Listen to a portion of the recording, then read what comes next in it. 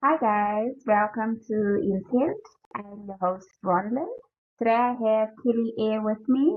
We're going to be discussing autism. It is Autism Awareness and Acceptance Month.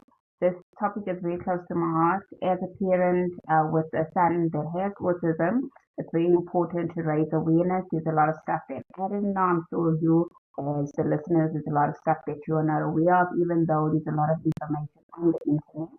So today, Kelly is going to be taking us through her journey as somebody that was diagnosed with autism and somebody who is a parent with a child with autism. So it's going to be a very interesting and educational episode. Hi, Kelly. How are you? Our next new Ronan.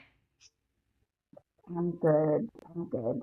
So we're going to get into it. I just want to unpack the definition of autism.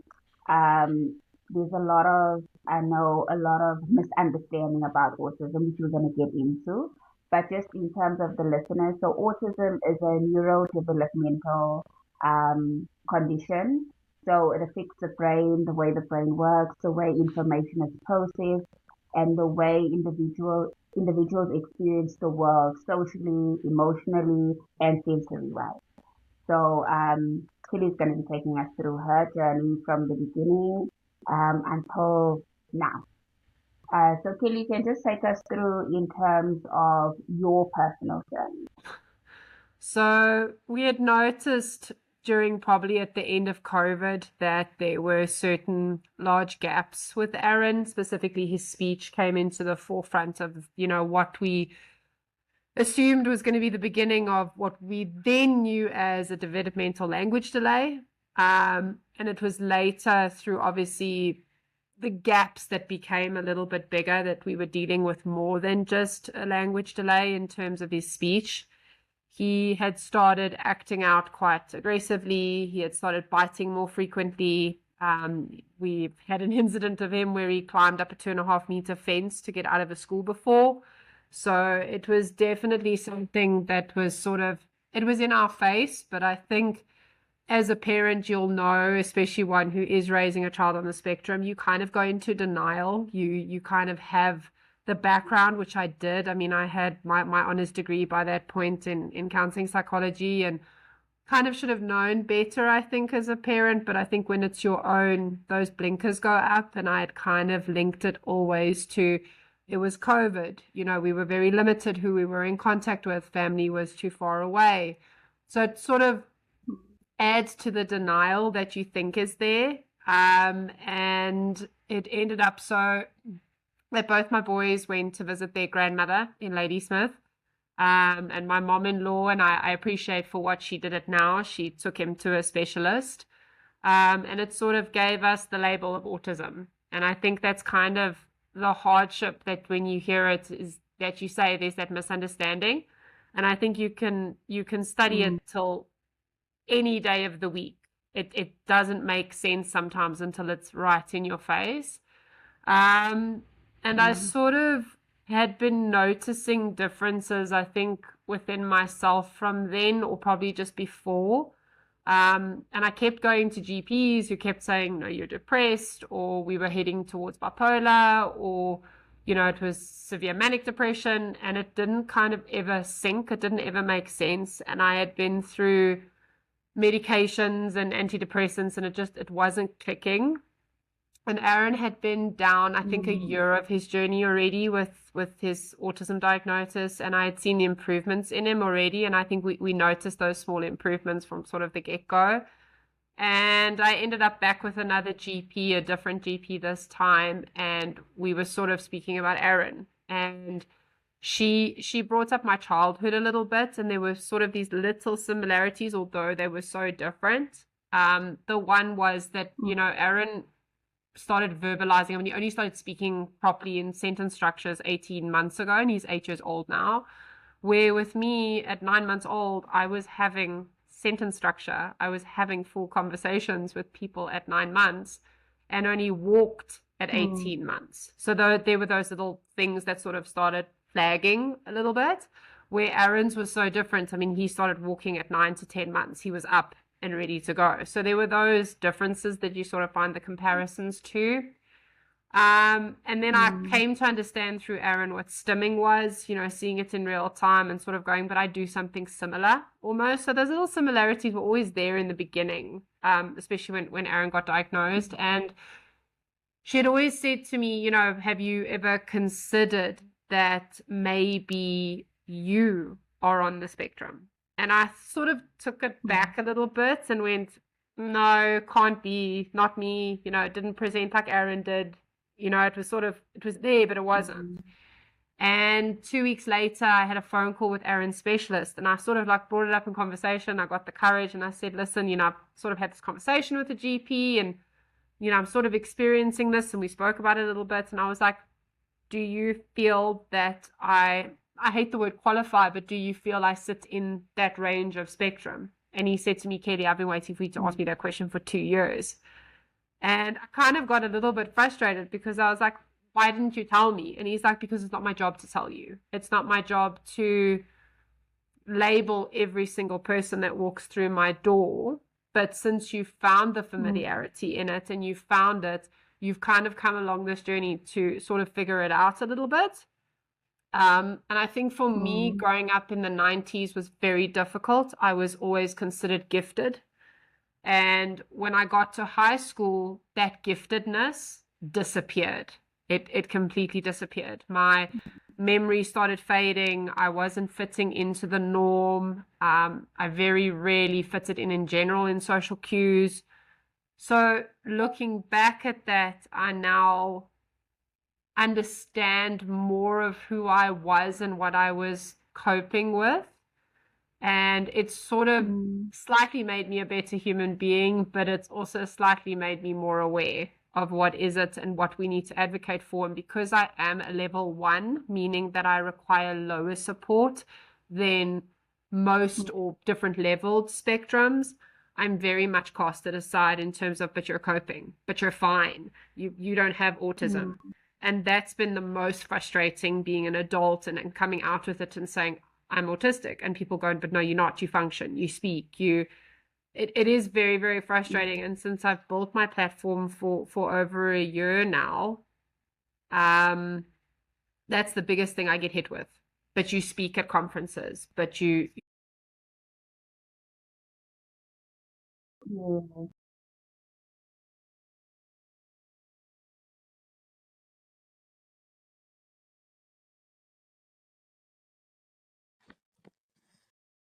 Okay, so you spoke about your diagnosis and your son's diagnosis. As a parent who was on the spectrum, how is it parenting? extremely difficult, because coming to learn and to understand that my meltdowns look very different to his, it can be very, very difficult, especially because not all the time, but sometimes when he is having a meltdown or it's heading to that meltdown, my brain will often do its own thing where it will become more frustrated or less patient. I found that's been the greatest challenge, where we all literally have a meltdown at the same time. And I often Mm, give this story at conferences where I've actually had to reach the point now where if I know something's coming, because I have internal meltdowns, mine are not often external, they're very much internal, where I zone out or become not short-tempered. I don't think short-tempered is the right word, but I become very short and just trying, I think, to mediate what's happening in my own head. So I will often say to Aaron, you're mm, irritating me. Please just leave me alone. And often when I say this at teaching conferences, people are like, "Oh, how can you say that?" And my answer is simple, because I have to teach him how to advocate for himself when he's experiencing something like that, where whether it be a meltdown or a sensory overload, I've got to be able to model how it should happen. And often, 9 times out of 10, when that does happen, I will go yes. to him and I will say to him, Aaron, mom was having a meltdown. It's not your fault, but please understand this is what has to happen. Because my aim for that is to give him the same tools that as his language Mm, progresses and it becomes more of the conversation that you and I are having now, he will be able to say to someone, please, not now, give me space, and then deal with it in the way that he's been tasked to from therapies, from OTs, and to be able to use it in connection. I think it also forms a large part of my understanding. Like I said earlier, if you've met one autistic person, you've met one, and they do not come with a handbook. But I think for me, it's been a lot of acceptance more so of what he's going through to sort of give myself a little bit more grace. But he is a joy now, and he always has been a joy. I mean, there's no point that you reach where they go, they're better or they're cured or there's something, but he is a lot more manageable than what he was. And that has come from, being with the right therapist, being on the right medication, being with the right individuals. And it's become a lot easier. I think when he was three and a half, I don't think I did understand him as much as I do now. But I think him and I is about learning how to parent with grace and to parent with the understanding that there are differences. But I think that's also learning in having a spectrum child that there is a line drawn sort of between the typical age a child is behaving. So Aaron is now 8, and 8-year-olds push buttons. That's what they do. But it's also then seeing the other flip of the side to go, what is fueling his autistic behaviors? And I think it's understanding that there's a line in between that, and then there's a line in between me as well. There are things in my life that are stressful as an adult, as a mom, as a wife, but there are certain things where I've got to be slightly more gentle on, in terms of if I'm having a difficulty or if I'm having a sensory overload. Or so I think for me, parenting, that is learning how to parent myself and be a parent, but also be a parent to both a neurotypical child, because my youngest is neurotypical and my oldest is neurodivergent. So I think there's a divide line between that, but I do think it does make it parenting a little bit more challenging. My husband definitely has far greater patience in certain things than I do, but then I often look at it and go, it's my sensory, or it's my overthinking, or it's my looping. And sometimes I've got to come back to sort of be like, children are children as well, and adults are adults, and we're kind of figuring this out. And funny enough, I run a parenting course, which is, I have good chuckles about myself about that sometimes. But at the end of the day, and I've always said this, we are going to make a mistake or two, and we are going to mess them up a little bit, and we're not perfect parents in any stretch of the imagination, but it's how we bounce back, and it's how we rectify those lows, and how we correct it. And I've often had to correct myself to go, sure, Kelly, that's a little bit too much, or a little bit too less, or don't overthink it. So it's that constant fight of my own brain having to then grow and soothe and mentor his as well, but then still acknowledge at all times that we're different and that it's okay to be different. I have a lot of friends, well, not a lot of friends, but I have literally that I can count on my hand, and each one of them is neurodivergent. Two of my friends are ADHD. My one friend is AUDHD. So that, I have found, has been the greatest parenting in my way, because I'll phone one of them and be like, this is happening, I don't know how to deal with it, and they'll sort of guide you, or they'll sort of say to you, but Kelly, that's normal. That for me has been the greatest parenting support, is especially moms who have older autistic children as well. Aaron's principal from last year, her son is also on the spectrum. I think he's 20 now. So often going to her and saying to her, listen, this is what I'm feeling, or this is what I'm experiencing, for her to then say to me, but Kelly, that's normal and it's okay. And you will, we'll talk about it. And I think that's helped my parenting in being neurodivergent and raising a child who's neurodivergent as well. I do think, even with me personally, there's blurred lines between him just being a child and, okay, are these the is this the contributing factor to him being on the spectrum? There's that very thin line. And I'm so glad that you have that support system where they can, kind of get you out of the loop, or let you know that no, he's just being a child, or no, Kelly, this is just, life's challenges.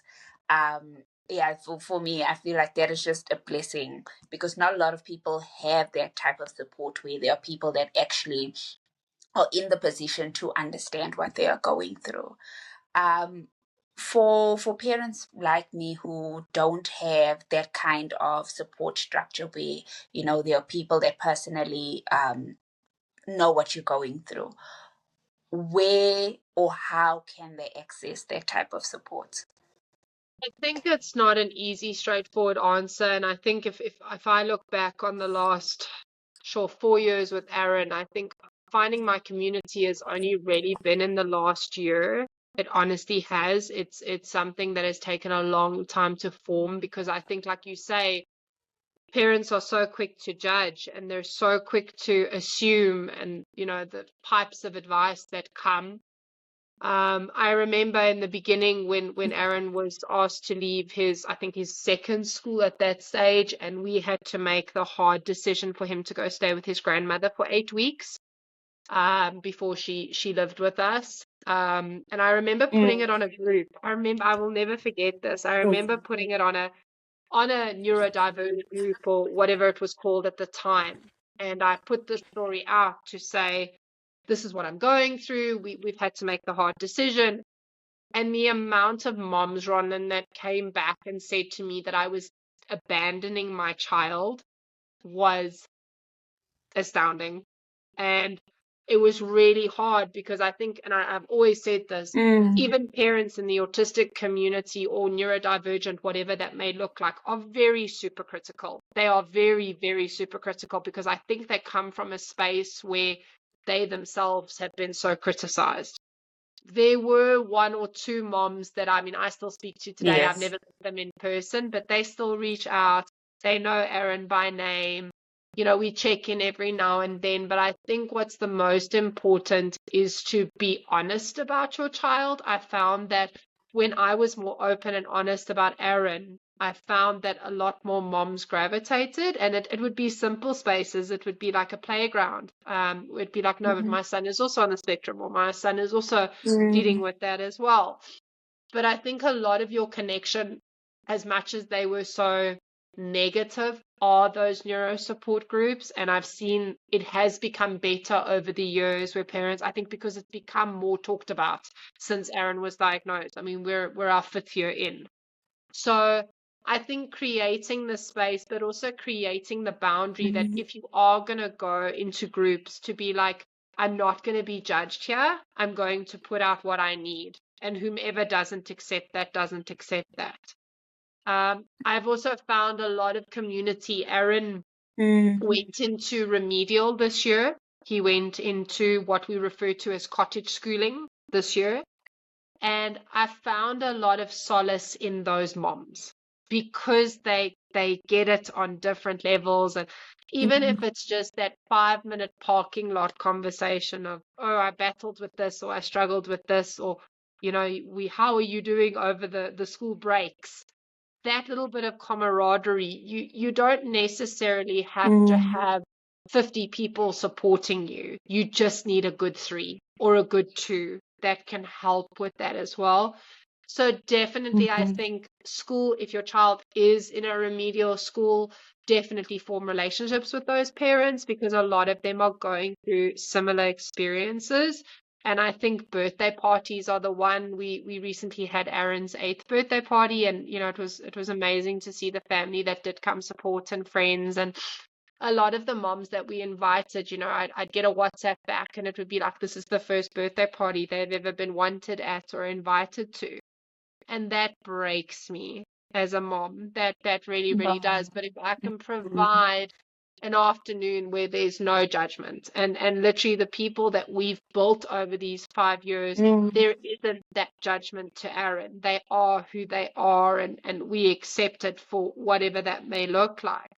So I think definitely finding school groups, finding small individuals. I mean, if you were to comment on something in a group, and a lot of the moms do nowadays, they say, "Listen, I'm drowning. I'm not coping." Most of us will message the mom privately, or we don't have to publicly display it. And sometimes it's just about having that outward connection. And I've had Yes. that in the last 3 weeks. I had a friend, a very good friend that I worked with in my teen years. She reached out to me and she said, look, she has this really good friend. They've literally just received their autism diagnosis of their son. And my first thing is, and I often will do this, I'll be like, tell the mom to Google me. Tell the mom to Google me to understand who I am.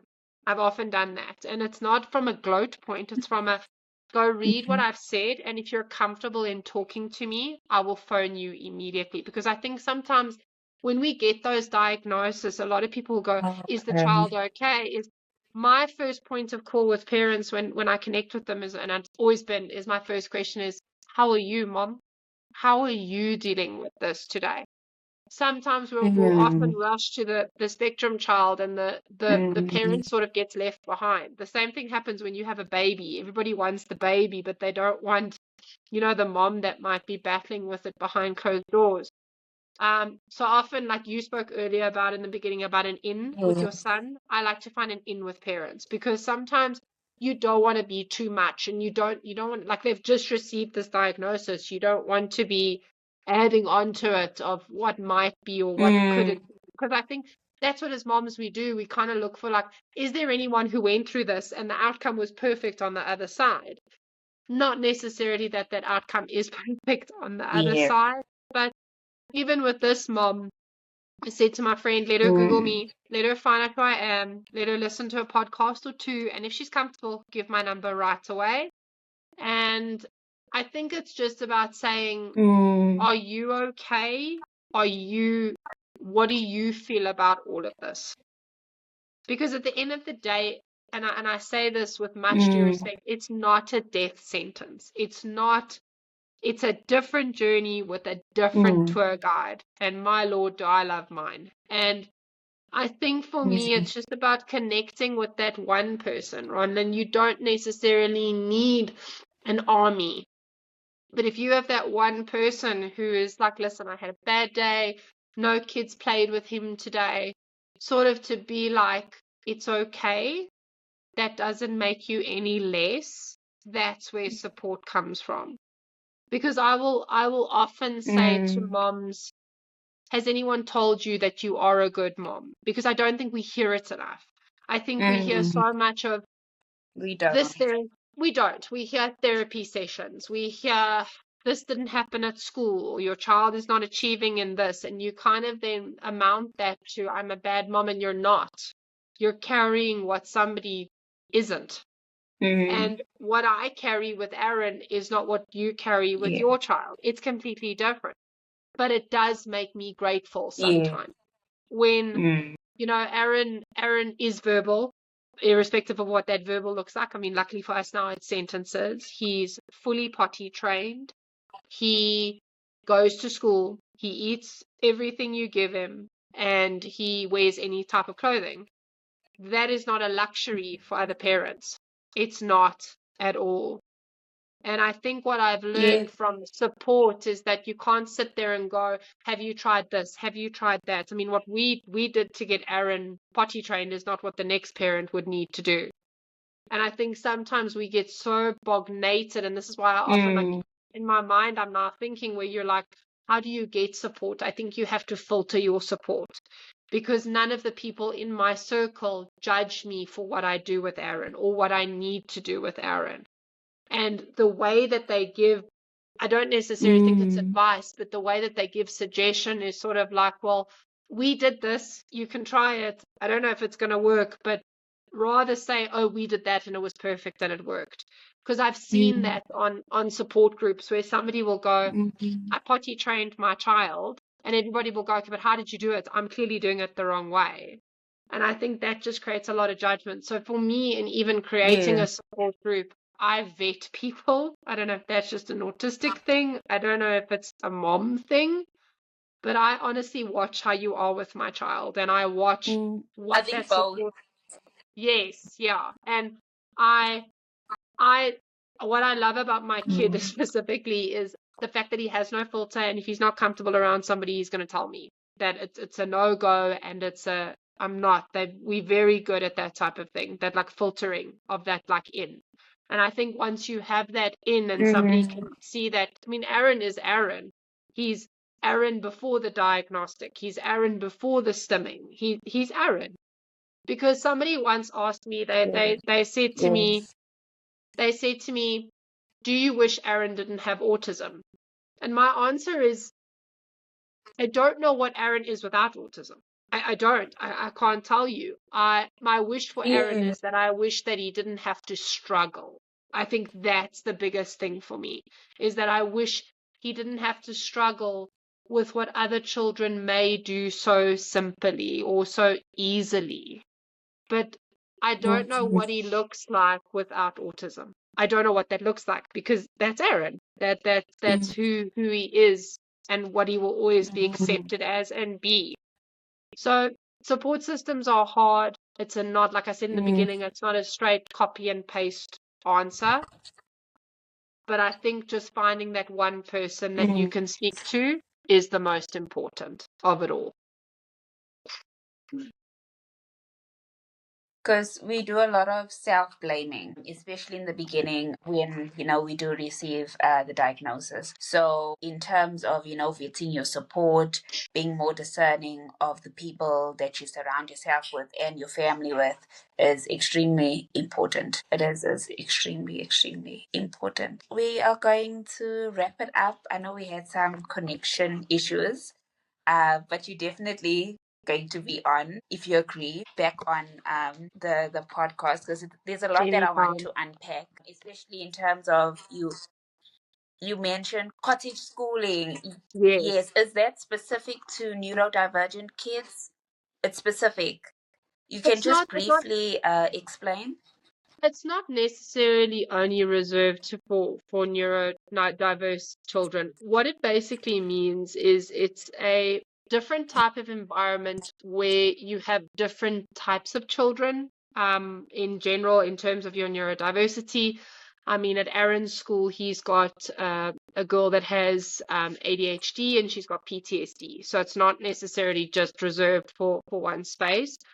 Cottage schooling is sort of your idea of homeschooling, Okay. but it's with other individuals. It's not simply done with Mm. a parent and a child. It's with other individuals who face similar Okay. or connected struggles. And what they then do is they work on there's multiple platforms. There's Think Digital, there's Cambry Learn. So basically what it is that it's a teacher sitting with them to do the academic side of it. And then in the other portions of the day, they're doing other things. They're doing sensory, they're doing puzzles, they're learning about social interactions and social skills. So it's this idea of community, but in a smaller way, where academics is not just the only focus. It's also about connecting with others, learning about society and how we operate in the society. So for cottage schooling, it's just a space and an environment that takes the formality of school out, and it excites their love of learning. But they're learning at their own level and at their own speed. The school that Aaron goes to, they break down their grades. So like on a Monday, they'll do all the English for the week. On a Tuesday, they'll do all the math for the week. So they're only fundamentally doing between an hour to 2 hours of academic schooling in the day. And the rest of it, they're focusing on social cues, social interaction, working with their peers. And the biggest advantage for us with Aaron, not that he's had one this year, but their whole philosophy that if a child has a meltdown at school, they work them through that meltdown. They don't just send them home. So it's about them learning how to socially interact with Mm. their peers, but also that they're getting the academics done in that formal capacity of schooling, but without the pressures of mainstream in that way. Mm.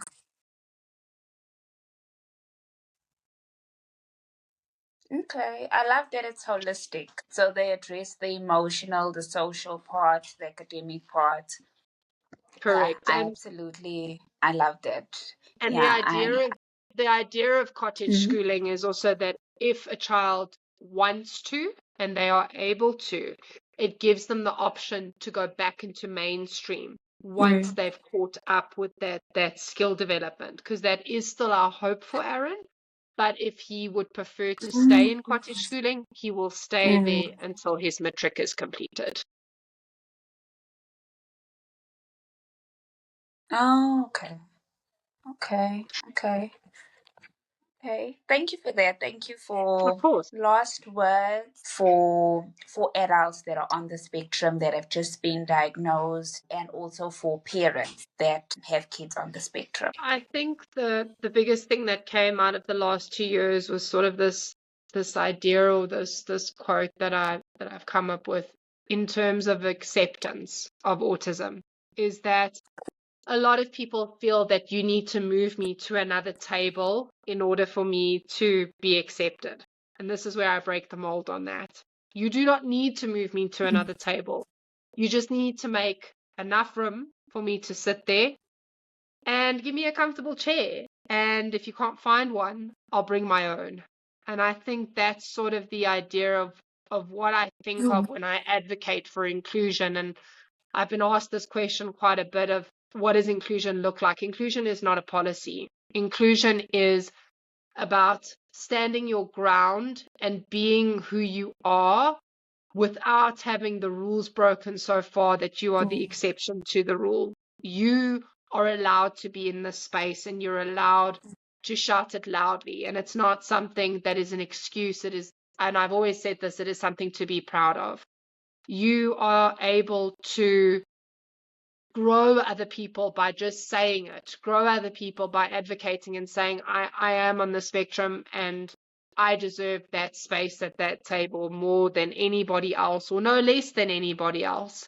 And I think the most phenomenal people are those who are on the spectrum and can acknowledge it and know fundamentally that they can make change, that it doesn't make you less, it doesn't make you anything disadvantaged. You just got to find a way to work around a system that is not molded for you. And that's both as an adult advocating for autism and for a child that's advocating for it as well. Tell me I can't do something and watch me prove you wrong. But I hope that it won't always be like Yeah. that. I hope that there will eventually be a plateau where it's this continuation of just acceptance. It's a continuation of just being who we want to be. And yes, it happens to be called autism and it happens to have a name. But that name, like I said before, I am before it. And I just feel for parents that you don't have to be ashamed. You don't have to be embarrassed. You have a perfect little gift, as perfect as anybody else sitting next to you. We've just got to figure out more systems that work and that better able any individual child. I don't think it's just about neurodivergency. I have watched neurotypical children struggle as well in learning or whatever the case may be. It's sort of the adaptation of that system I spoke about earlier, where it's just not fitting for us. It's not fitting in terms of women being diagnosed. It's not fitting in terms of it only being a boy problem. I think what needs to fundamentally change is that system. But until that system changes, advocate loudly. Advocate for those that need it. That it doesn't, Autism Awareness Month it shouldn't just be about the month. It shouldn't just be about April 2nd. It should be every month of every day. And it's not just accepting the idea of us. It's about accepting us in general. And that's the most important part of it as well. Yeah.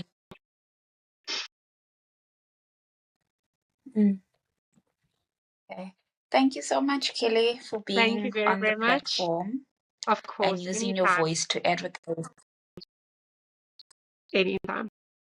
Okay. Thank you to the listeners for listening to this episode of Intent. We will have Kelly back on the platform sometime during this year, definitely. Thank you so much, Kelly.